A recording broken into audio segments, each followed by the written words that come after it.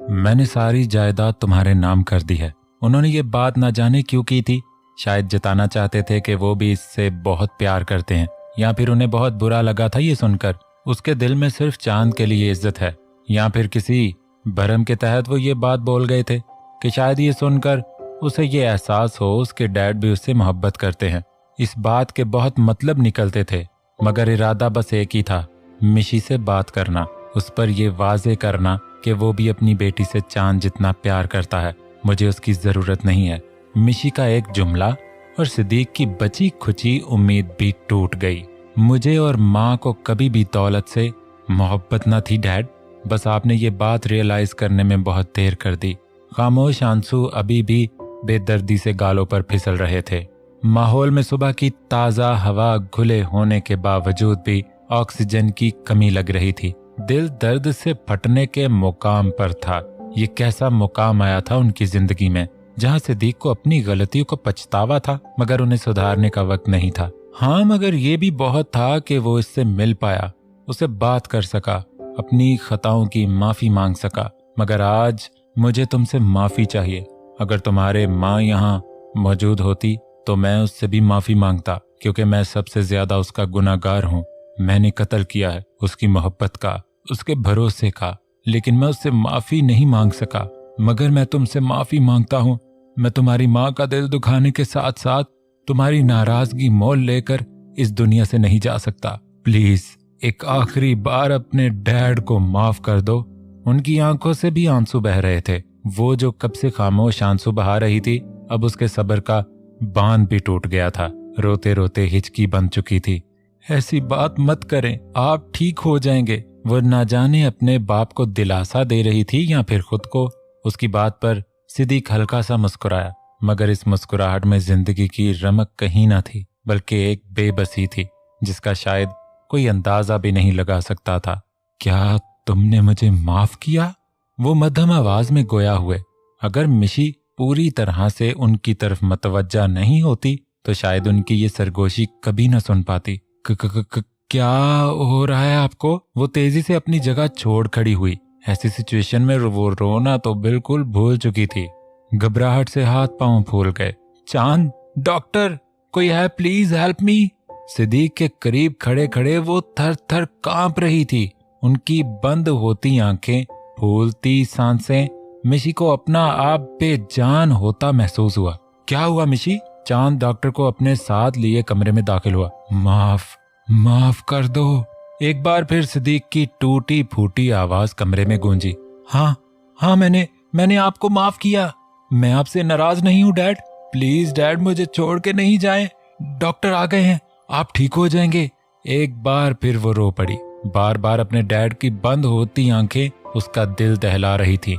आप वहां क्यों खड़े हैं? यहाँ आकर इन्हें चेक करें। डॉक्टर को साकित खड़े देखकर वो यकदम चीखी, मिशी मिशी मिशी।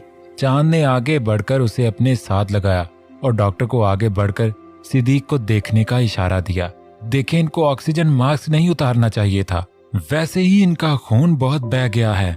डॉक्टर भी झुंझलाया हुआ था। एक तो पहले ही चांद ने उनकी मिन्नतें करके अस्पताल के रूल्स के अगेंस्ट अपनी बीवी को पेशेंट से मिलने दिया। हालांकि सिद्दीक की हालत बहुत खराब थी, वो बच गया था, ये बात किसी मौजज़े से कम नहीं थी। इस वक्त उससे कोई मिल नहीं सकता था। उन्होंने सिर्फ अस्पताल का रूल नहीं तोड़ा था, बल्कि उसका ऑक्सीजन मास्क भी उतार दिया था। उसकी नौकरी खतरे में आ गई थी। अब डॉक्टर को भी लग रहा था ये हमदर्दी उसे बहुत भारी पड़ने वाली है। आप दोनों बाहर जाएं प्लीज। डॉक्टर बेजारी से गोया हुआ। मिशी, चलो बाहर। चांद ने उसे अपने साथ घसीटा। मगर चांद, मुझे डैड के पास रहना है। वो मिनमिनाई। नहीं मिशी, हम पहले ही रूल्स की खिलाफवर्जी कर चुके हैं। ये ना हो कि अब ये तुम्हें कल तक तुम्हारे डैड से मिलने ना दें। चांद भी परेशान हो रहा था, मगर परेशानी में भी उसे मसलहत से काम लेना था, वरना तो मिशी की हालत पहले ही खराब थी। ये सब कैसे हुआ चांद? तुम्हारी पुलिस से बात हुई? उन्हें बाहर आए 10-15 मिनट हो चुके थे जब खामोश बैठे बैठे अचानक उसे ये सब पूछना याद आया। नहीं मिशी, मैं नहीं जानता ये सब कैसे हुआ। पुलिस का मानना है कि ये सब शायद डाकुओं ने किया है। डाकू? वो हैरत ज़दा से गोया हुई। मगर डाकू क्यों ये सब करेंगे? शायद पैसे की खातिर, चांद ने पुरसोच अंदाज में कहा।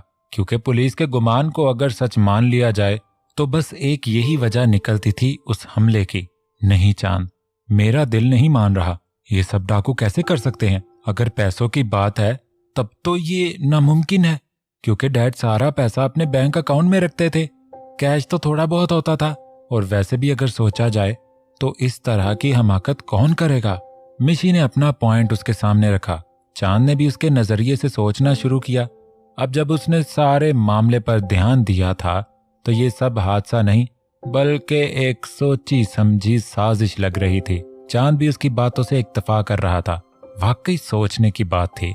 अगर किसी ने सिद्दीक के घर पर हमला करने का सोचा होगा तो उसे कम से कम इतना तो मालूम होगा सारा कैश कहाँ होता है। नीलम। अचानक उसके दिमाग में झमाका हुआ। हाँ चांद, मुझे 100% गारंटी है ये सब नीलम का किया धरा है। वो तेजी से उसकी तरफ मुड़ी। वो जो सर झुकाए बैठा था उसे भी झंझोर डाला। नहीं मिशी, ये सब नीलम नहीं कर सकती। क्यों नहीं कर सकती? वो रूहान सी हुई। तुम जानते ही कितना हो उस नीलम को। मैं जानती हूँ इस औरत को। मैंने इतना अरसा गुजारा है उसके साथ। वो दूसरों के सामने अच्छी बनती है, मगर मेरे सामने वो बिल्कुल वैसी ही है जैसी वो अंदर से काली है। उसके लिए ये सब कोई बड़ी बात नहीं है। एक बार फिर आंखों से अश्क बह निकले। शायद उसे दुख हुआ था कि चांद ने उसकी बात का भरोसा नहीं किया था। चलो, भरोसा ना करता, मगर उसके शक का इस तरह तरद्दुद भी ना करता।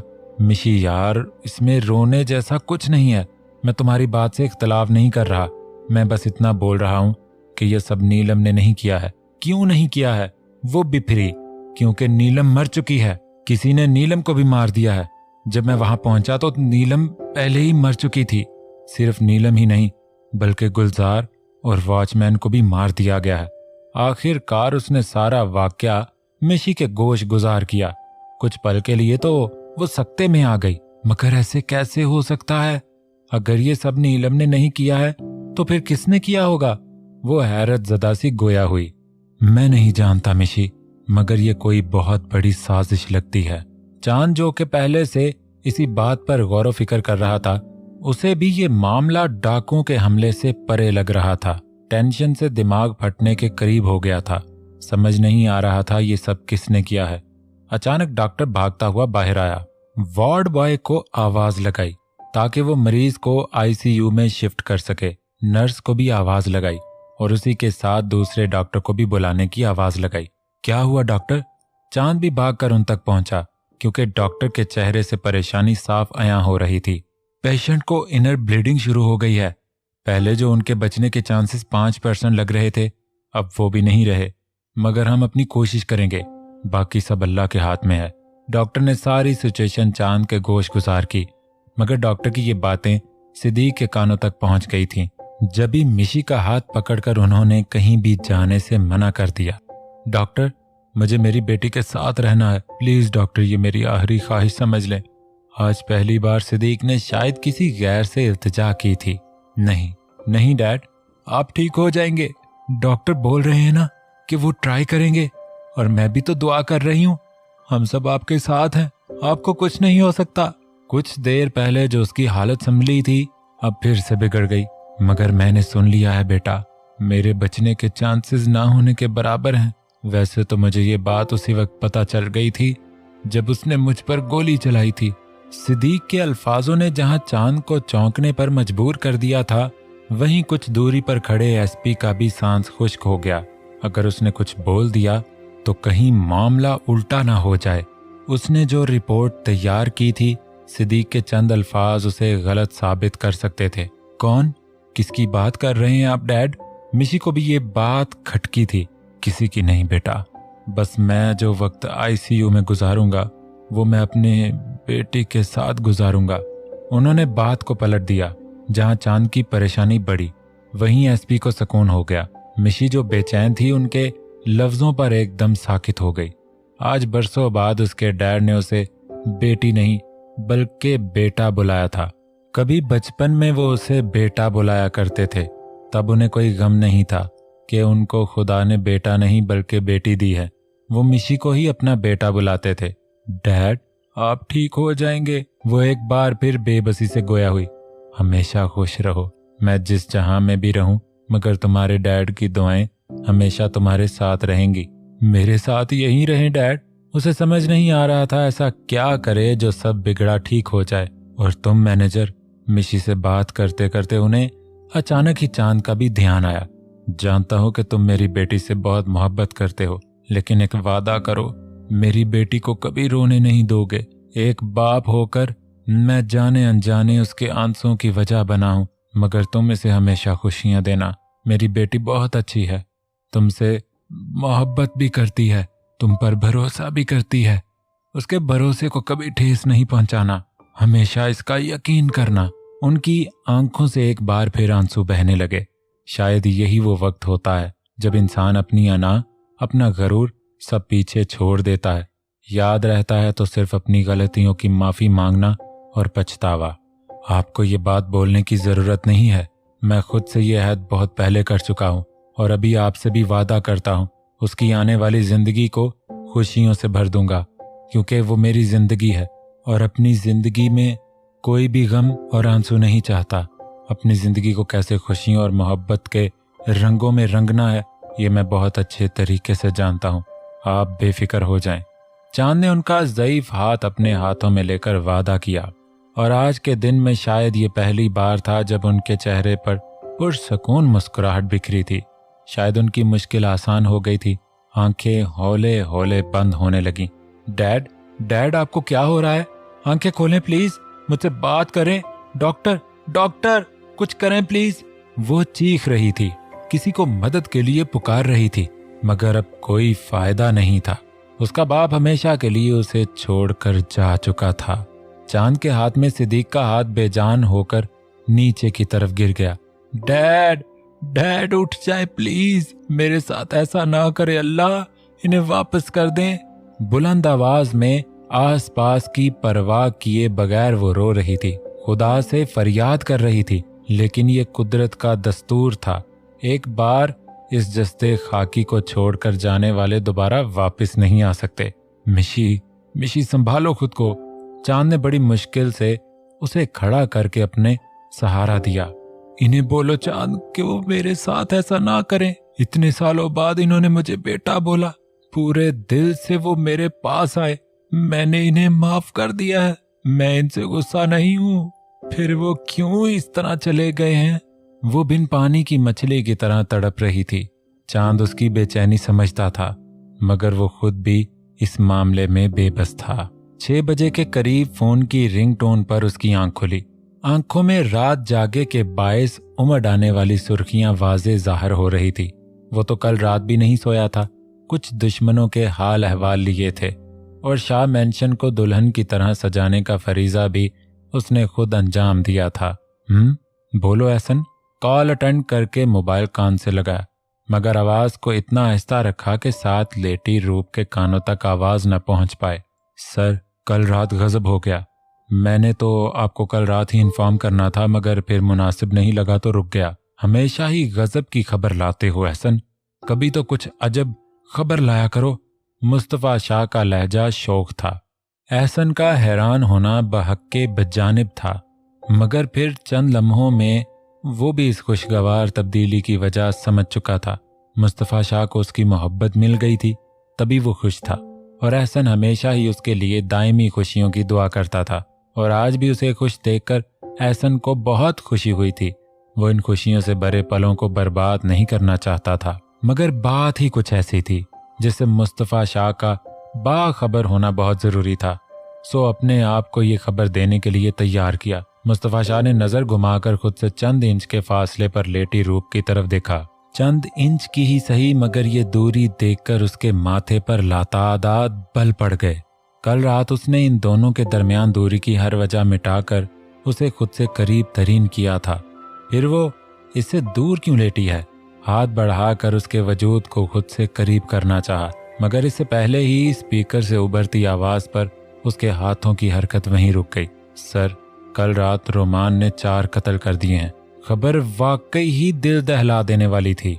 रूप की तरफ बढ़ाया हाथ उसने वापस खींचा और खुद उठ बैठा। चौड़ी पेशानी को 2 उंगलियों से सहलाया। किस किस के? सवाल मुख्तसर सा था, मगर एहसन कुछ पल के लिए खामोश हो गया।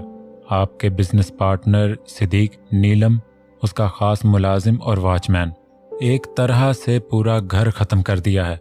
एहसन भले इसे ये खबर पुरसकून अंदाज में दे रहा था, मगर उसके लहजे में छलकता दुख मुस्तफ़ा शाह बहुत अच्छी तरह समझता था। वो ऐसा ही था, नरम दिल। ओके एहसन, कुछ मालूम हुआ आखिर उसने ये खून रेजी क्यों की है? उसने एहसन का ध्यान अपने सवालों से भटकाना चाहा। नहीं सर, अभी तक ऐसा कुछ मालूम नहीं हुआ, मगर ऐसा लग रहा है जरूर कोई बड़ी वजह रही होगी, एहसन ने अंदाजा लगाया। जबकि मुस्तफ़ा शाह की आंखों के सामने मेहंदी का वो फंक्शन घूम गया जहां सिद्दीक की बेटी पर उसी की दोस्त ने गोली चलाने के साथ साथ इल्जामात की बौछार भी की थी। उस वक्त वो लड़की उसे नूर की तरह ही लगी और आज रोमान ने उससे उसका बाप भी छीन लिया। खुदा भी कभी कभी कैसे खुशियों भरे पलों में ही गमों की सौगात दे देता है। उसने सीने में अटका एक बोझल सांस खारिज किया। अब वो इन सब में क्या कर सकता था सिवाय दुआ के। कुछ पल वो यूं ही सोचों के हिसार में कैद बैठा रहा। फिर अचानक याद आया उसके साथ उसका शौहर चांद है, जिसकी आंखों में उसके लिए मोहब्बत वाज़े नजर आती है। और जहां मुखलिस जज्बात होते हैं वहां कोई मुश्किल, कोई गम ज्यादा देर तक नहीं रहता। जैसा कि उसके पहलू में भी आज उसकी मोहब्बत थी। साइड टेबल पर मोबाइल रखकर वो उस पर फिर से झुका, मजबूत हाथ उसकी मरमरी कमर में डालकर उसे अपने और करीब किया। मुस्तफ़ा प्लीज अब तो सोने दें। वो हल्का सा कसमसाई और एहतजाज भी कर डाला, मगर ना तो कल रात उसका कोई एहतजाज काम आया और ना ही अब आने वाला था।